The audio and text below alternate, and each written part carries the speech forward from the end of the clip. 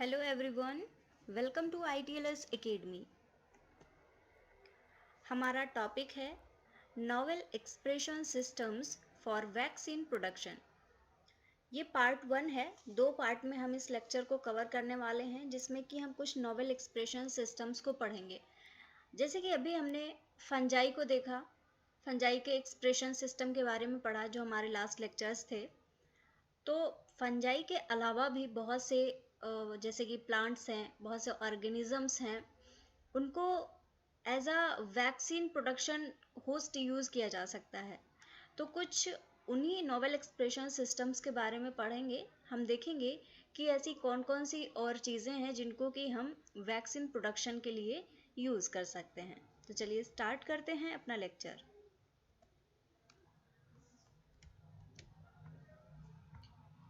Novel expression systems for vaccine production. Introduction. In 1796, when Edward Jenner demonstrated protection of individuals against smallpox, देखिए पहली line से ही कई सारे questions बन रहे हैं। जैसे अगर आपसे पूछा जाए सबसे पहली वैक्सीन किस सन में बनी, तो वो है 1796। पहली वैक्सीन किसने बनाई? Edward Jenner. पहली वैक्सीन किस डिसीज के अगेंस्ट बनी? Smallpox. तो एक एक लाइन, एक एक पॉइंट भी इंपॉर्टेंट हो सकता है, और यहाँ से आप देख सकते हैं कि एक ही लाइन से तीन तीन तरीके से क्वेश्चंस बन रहे हैं। तो बहुत अच्छे से आप लोग ध्यान से पढ़िएगा। तो एडवर्ड जेनर ने सबसे पहले जो वैक्सीन बनाई 1796 में, वो थी स्मॉल पॉक्स के अगेंस्ट।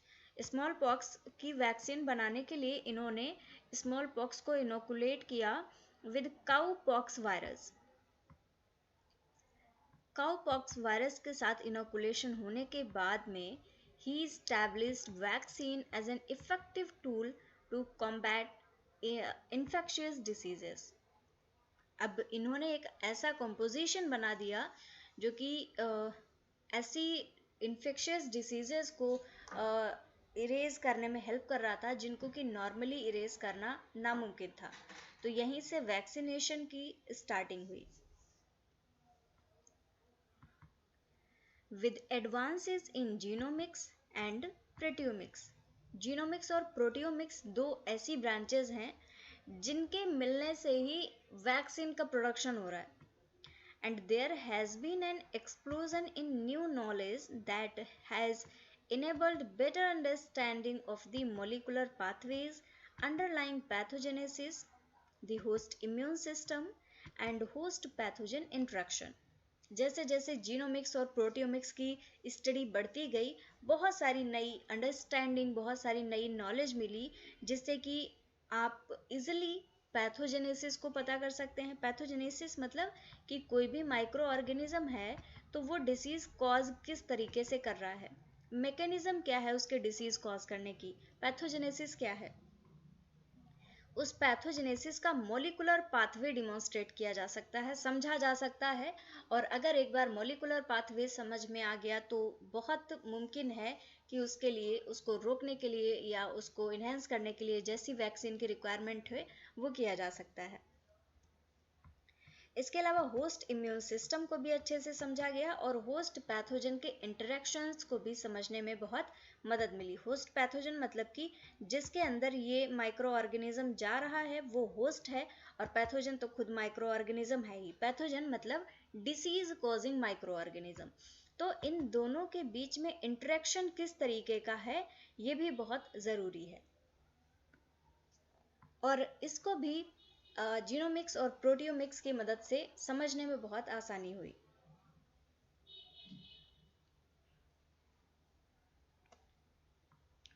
सब यूनिट वैक्सीन्स, अनेक टाइप की वैक्सीन्स बनाई गई, उन्हीं में से एक है सब unit vaccine. Although a majority of currently licensed vaccines is based on killed और live attenuated pathogens, ज़्यादातर जो वैक्सीन्स अभी तक अवेलेबल हैं, जिनको कि लाइसेंस दिया गया है, जिनको कि अप्रूव किया गया है, वो या तो किल्ड पैथोजेंस पे बेस्ड होती हैं या फिर वो लाइव एटीन्यूएटेड होती हैं, मतलब कि या तो उनको किल कर दिया जाएगा या फिर वो जीवित तो रहेंगे, लाइव होंगे, लेकिन उनकी जो एक्टिविटी है उसको सप्रेस कर दिया जाएगा। ये वैक्सीन्स के बारे में हम डिटेल में पढ़ भी चुके हैं अपने प्रीवियस लेक्चर्स में, तो बहुत डिटेल में पढ़ने के लिए आप उन लेक्चर्स को ज़रूर देखिए। तो ज़्यादातर वैक्सीन या तो किल्ड हैं या लाइव एटीन्यूएटेड हैं, लेकिन जो सब यूनिट वैक्सीन्स होती हैं that rely on specific antigen or toxins that induce protective immunity are becoming preferred alternative। जो सब यूनिट वैक्सीन्स होती हैं ये स्पेसिफिक एंटीजेंस या टॉक्सिन्स पर बेस्ड होती हैं। जैसे कोई भी पैथोजन है, कोई पर्टिकुलर प्रकार का, पर्टिकुलर टाइप का ये कोई भी टॉक्सिन सिक्रीट कर रहा है, या फिर कोई जो इसका एंटीजन है, जो सरफेस प्रोटीन है, तो वो सरफेस प्रोटीन किस तरीके की इम्यूनिटी जनरेट करवा रहा है, और उसी के अकॉर्डिंग प्रोटेक्टिव इम्यूनिटी जनरेट करने वाले एंटीजेंस और टॉक्सिन्स को बनाया जाता है। और ये आजकल एक प्रेफर्ड अल्टरनेटिव है इन किल्ड या लाइव एटीन्यूएटेड वैक्सीन्स का।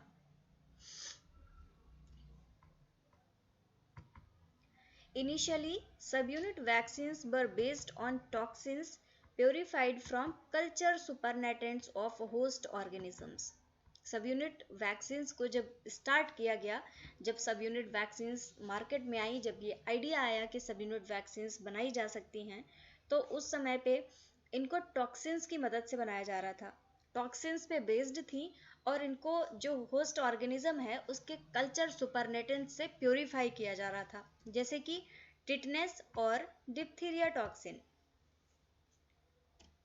With better understanding of the molecular basis of pathogenesis, जैसे जैसे पैथोजेनेसिस की मोलिकुलर अंडरस्टैंडिंग हुई, मोलिकुलर बेसिस पे pathogenesis that is disease causing mechanism को समझा गया, and with the availability of new methodologies, और जैसे जैसे नई मेथडोलॉजीज, नए नए मेथड्स का डेवलपमेंट हुआ, conjugate vaccines then emerged as a new class of subunit vaccine। एक सब यूनिट वैक्सीन की क्लास है कॉन्जुगेट वैक्सीन। ये एक नई क्लास के रूप में इमर्ज हुआ, और ये एक बेहतर अल्टरनेटिव था, सब यूनिट वैक्सीन की एक बहुत बेहतर क्लास थी, in which protective immunity is generated by a polysaccharide molecule coupled to a protein carrier। Conjugate का मतलब ही होता है एक, दो या दो से अधिक चीजें मिलके इसको बनाती हैं, मतलब कॉन्जुगेट का यहाँ पे एक से ज़्यादा एजेंट्स मौजूद हैं। तो एक होता है पॉलीसैकेराइड मॉलिक्यूल और एक होता है प्रोटीन कैरियर, जो कि इसको लेके जाता है होस्ट तक। तो इन दोनों के कॉन्जुगेशन से जो वैक्सीन बनी वो कॉन्जुगेट वैक्सीन है, और वो बनी सब यूनिट वैक्सीन की एक क्लास के रूप में।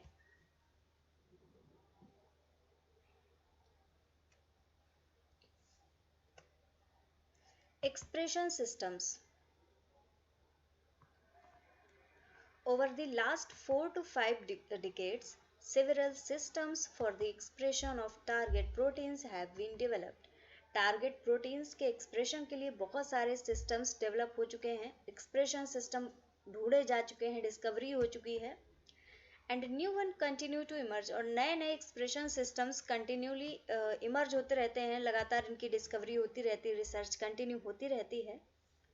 Bacterial, yeast, mammalian and insect cell cultures have been extensively used for producing target proteins, and both regulatory and manufacturing infrastructures for these systems are well established।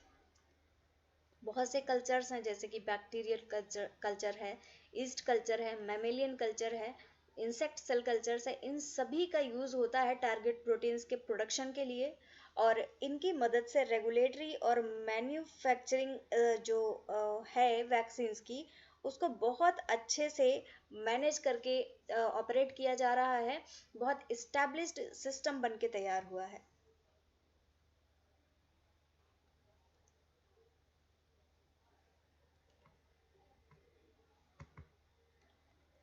The emergence of new targets and the growing global demand for vaccines require continued improvement of current expression and production system। जो नए नए targets का emergence है और जो पूरी दुनिया में बढ़ती हुई वैक्सीन्स की डिमांड है, उसके लिए ज़रूरी है कि जो करंट एक्सप्रेशन सिस्टम है और जो प्रोडक्शन सिस्टम है, वैक्सीन को प्रोड्यूस करने के जो सिस्टम्स हैं, उनमें कंटिन्यूसली इम्प्रूवमेंट किया जाए, और कंटिन्यूस इम्प्रूवमेंट से ही बेहतर वैक्सीन और जो कि पूरी दुनिया के लिए फ़ायदेमंद हो, उसको बनाया जा सकता है। And discovery and development of new high capacity high performance expression system. और सिर्फ प्रोडक्शन सिस्टम को ही बेहतर बनाने की ज़रूरत नहीं है, ये भी ज़रूरी है कि नए नए हाई कैपेसिटी के जो एक्सप्रेशन सिस्टम्स हैं, उनको डिस्कवर किया जाए, और एक्सप्रेशन सिस्टम ऐसे डिज़ाइन किए जाएं कि उनकी परफॉर्मेंस एफिशिएंट हो। मतलब ऐसा नहीं कि आप उस पर अपना एनर्जी ज़्यादा इन्वेस्ट कर रहे हैं और वहाँ पे आपको उतना ज़्यादा जो यील्ड है वो नहीं मिल रहा है। तो एक्सप्रेशन सिस्टम्स जो हैं, उनकी परफॉर्मेंस भी बढ़िया होनी चाहिए।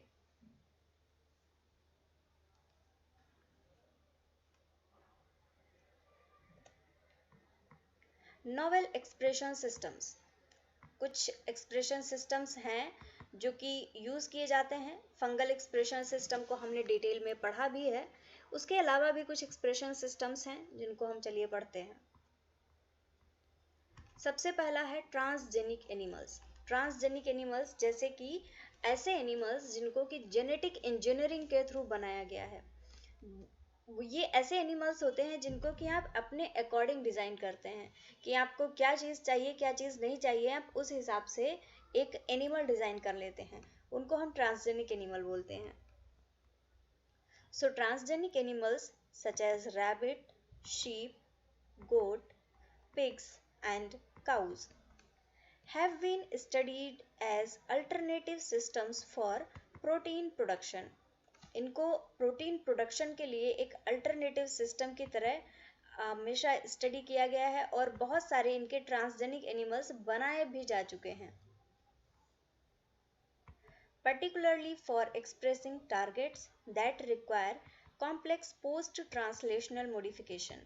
बहुत से एक्सप्रेसिंग टारगेट्स को मॉडिफाई किया गया है, और इनके अंदर ऐसे पोस्ट ट्रांसलेशनल मॉडिफिकेशन किए गए हैं जिनके द्वारा आप जो भी चीज़ चाहते हैं, जैसा डिज़ायर्ड करेक्टर चाहते हैं, उसको उसमें इंट्रोड्यूस करा सकते हैं।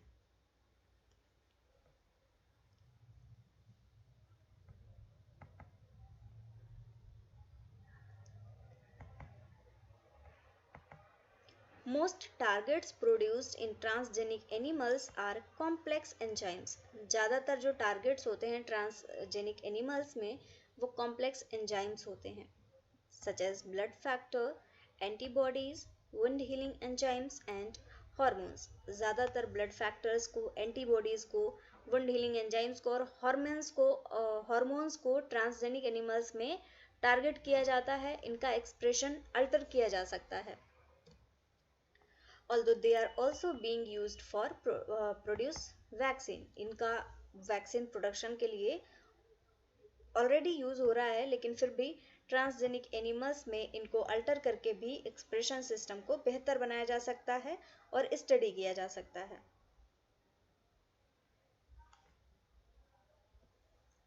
टू रोटा वायरस एंटीजन, दो रोटा वायरस एंटीजन है। रोटा वायरस एक वायरस है जिसके एंटीजन है VP2 एंड VP6। ये दो एंटीजन्स हैं इसके, और produced in the milk of transgenic rabbit.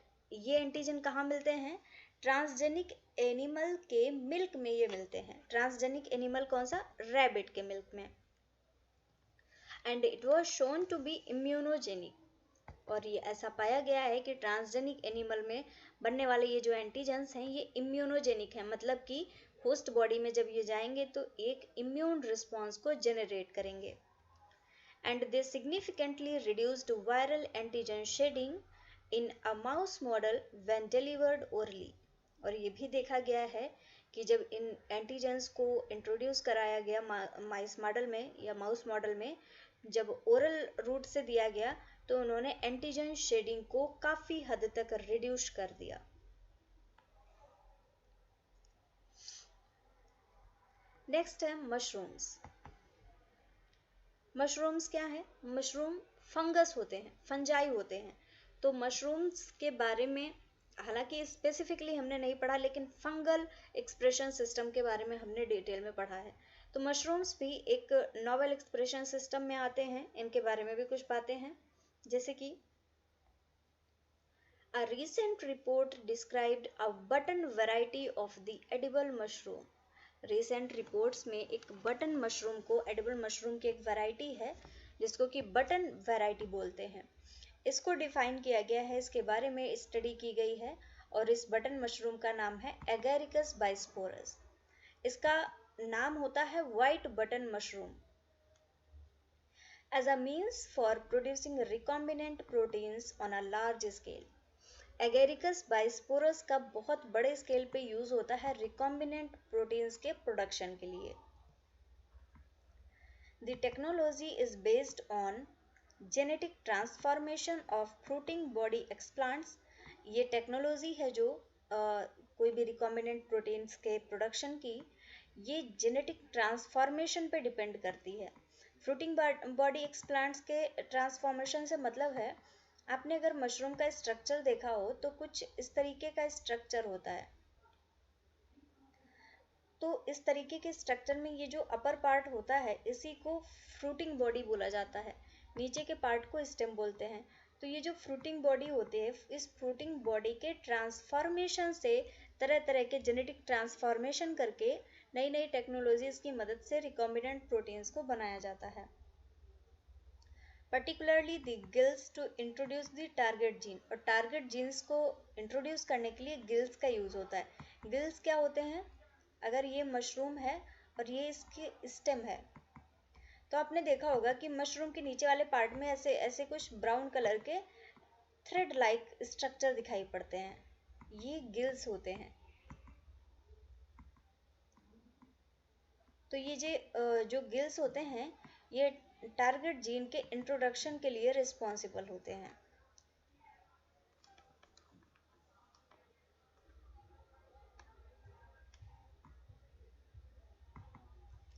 This new approach of introducing target gene via fruiting body explant transformation has overcome the efficiency of fungal spore or vegetative mycelium based introduction of target genes। ये जो नई approach थी target genes को fruiting body से transform करना, इसने fungal spores की efficacy को ओवरकम कर दिया, या फिर जो वेजिटेटिव माइसेलियम बेस्ड इंट्रोडक्शन कराया जाता था टारगेट जीन्स का, इसने ओवरकम किया उसको भी, और इसने डायरेक्टली ये पॉसिबल किया कि गिल्स के थ्रू टारगेट जीन्स का इंट्रोडक्शन कराया जा सके।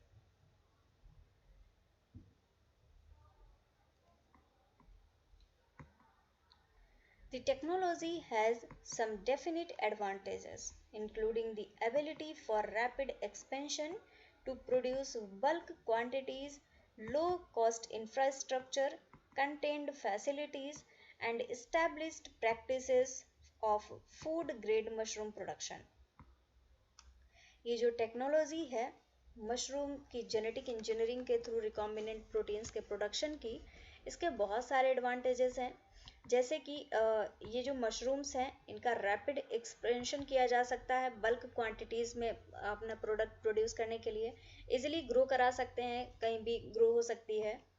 इसके अलावा इसका इंफ्रास्ट्रक्चर बहुत महंगा नहीं होता है। Content facilities and established practice of food grade mushroom production, बहुत ईजी है इसका जो प्रोडक्शन है, और फूड ग्रेड मशरूम के प्रोडक्शन के लिए जो फैसिलिटीज़ होती हैं, इंफ्रास्ट्रक्चर होता है, उनका कॉस्ट भी बहुत ज़्यादा नहीं होता है। तो ये बहुत प्लस पॉइंट है इस मशरूम के प्रोडक्शन के लिए, और इस मशरूम के थ्रू रिकॉम्बिनेंट प्रोटीन्स के प्रोडक्शन के लिए on the large scale.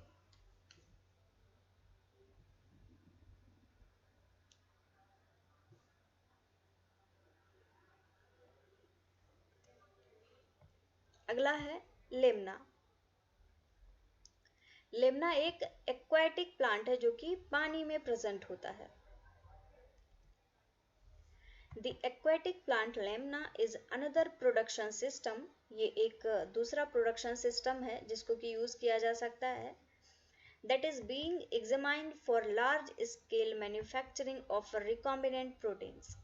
Recombinant proteins के लार्ज स्केल पे प्रोडक्शन के लिए लेमना के प्लांट को स्टडी किया जा रहा है. इस पे काफ़ी रिसर्च भी हुई है. Key features of this novel expression system are that the growth requirement of the transgenic lemna is simple. जो की फीचर्स हैं इस एक्सप्रेशन सिस्टम के, जो बहुत अच्छी चीज़ें हैं वो ये हैं कि इसको ग्रो करने के लिए रिक्वायरमेंट्स बहुत ज़्यादा नहीं होती हैं. ग्रोथ रिक्वायरमेंट्स इसकी बहुत सिंपल हैं. And the duckweed proliferates rapidly with a biomass doubling time of 36 hour. इसको डकवीड भी बोला जाता है लेमना को, और इसका जो डबलिंग टाइम है वो है 36 आवर, मतलब हर 36 घंटे के बाद में ये डबल हो जाएगा. अगर 2 प्लांट हैं तो 2 से 4 हो जाएंगे. इसके अलावा protein is secreted into the medium. जो भी ग्रोथ होने के बाद में जो प्रोटीन्स का सिक्रीशन होता है वो मीडियम में होता है, जिसको कि इजिली कलेक्ट किया जा सकता है. And thus simplifying the purification process. अगर मीडियम में प्रोटीन सिक्रीट हो रही है और आप इसको इजिली कलेक्ट कर पा रहे हैं तो ऑब्वियस सी बात है कि प्योरिफिकेशन प्रोसेस बहुत आसान हो जाती है. And the plants are grown in enclosed environment. और प्लांट्स को एनक्लोज्ड इन्वायरमेंट में ग्रो कराया जाता है, thus परमिटिंग कंटेन्ड मैन्युफैक्चरिंग.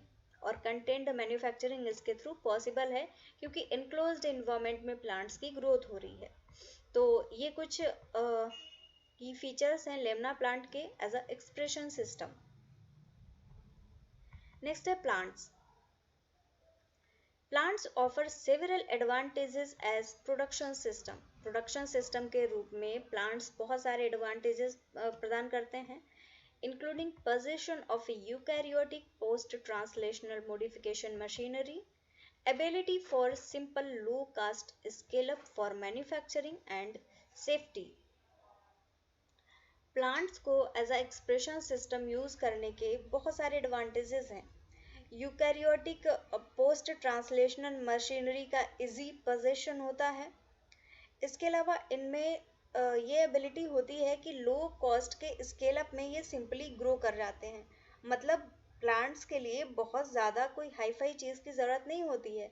इनको बहुत महंगी चीज़, बहुत महंगे ग्रोथ मीडियम या कुछ नहीं चाहिए होता है ग्रो करने के लिए. इनका स्केल अप लो कॉस्ट का होता है, बहुत ज़्यादा कॉस्टली नहीं होता.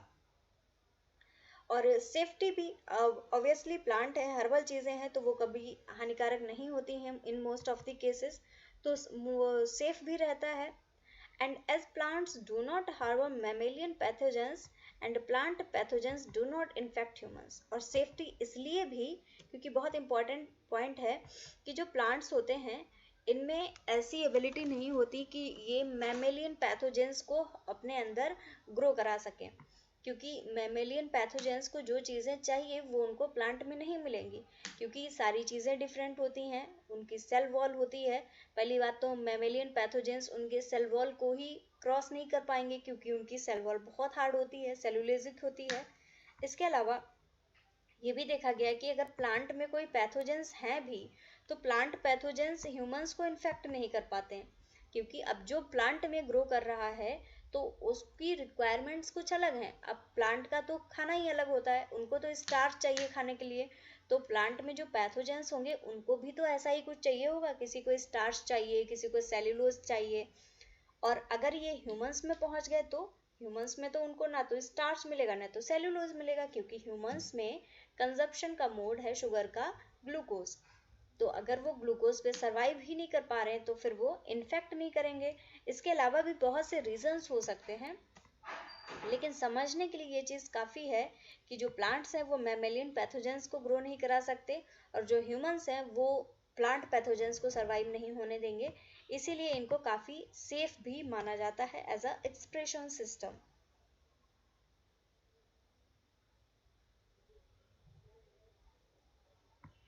अगला है algae.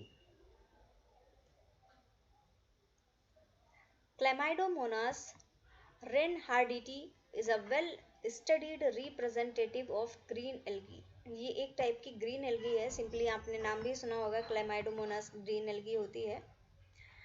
that has been a model organism for several studies, और बहुत सारी स्टडीज के लिए क्लेमाइडोमोनास एक नॉवल ऑर्गेनिज्म है।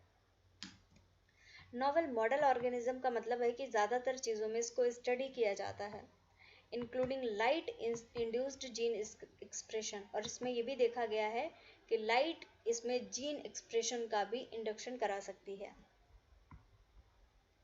Features that make this algae attractive as production platform include the ease of genetic manipulation to introduce the gene of interest in the nuclear, chloroplast और mitochondrial genome। जो algae है, अगर इसको देखा जाए as a novel expression system, ये इतना popular क्यों हो रहा है, तो इसके कुछ फीचर्स हैं, जैसे कि इसमें इजिली जेनेटिक मैनिपुलेशन किया जा सकता है ताकि अपने जीन ऑफ इंटरेस्ट को न्यूक्लियस तक या क्लोरोप्लास्ट या फिर माइटोकॉन्ड्रियल जीनोम में अपना इंट्रोड्यूस कराया जा सके, लाइगेट कराया जा सके। इसके अलावा इसकी पोस्ट ट्रांसलेशनल मॉडिफिकेशन मशीनरी बहुत इस्टेब्लिश्ड होती है, and simplicity of large scale growth in a contained and cost effective manner. इसकी सिंपल ग्रोथ होती है, लार्ज स्केल ग्रोथ के लिए एक कॉस्ट इफेक्टिव मैनर में इसको ग्रो कराया जा सकता है, बहुत हाई फाई कॉस्ट की भी ज़रूरत नहीं पड़ती है, इसीलिए एल्गी को as a expression system prefer किया जा रहा है। So thank you very much everyone for watching this lecture. Follow करिए ITLS एकेडमी को on various social media platform such as Instagram, Facebook, Twitter, YouTube, WhatsApp and LinkedIn. Subscribe करिए हमारे YouTube channel को। So thank you for watching. Like this video, share and subscribe to our YouTube channel. For any kind of help or query, you can call us on our helpline number 7080833450. So again, thank you very much everyone. Thank you for watching this lecture.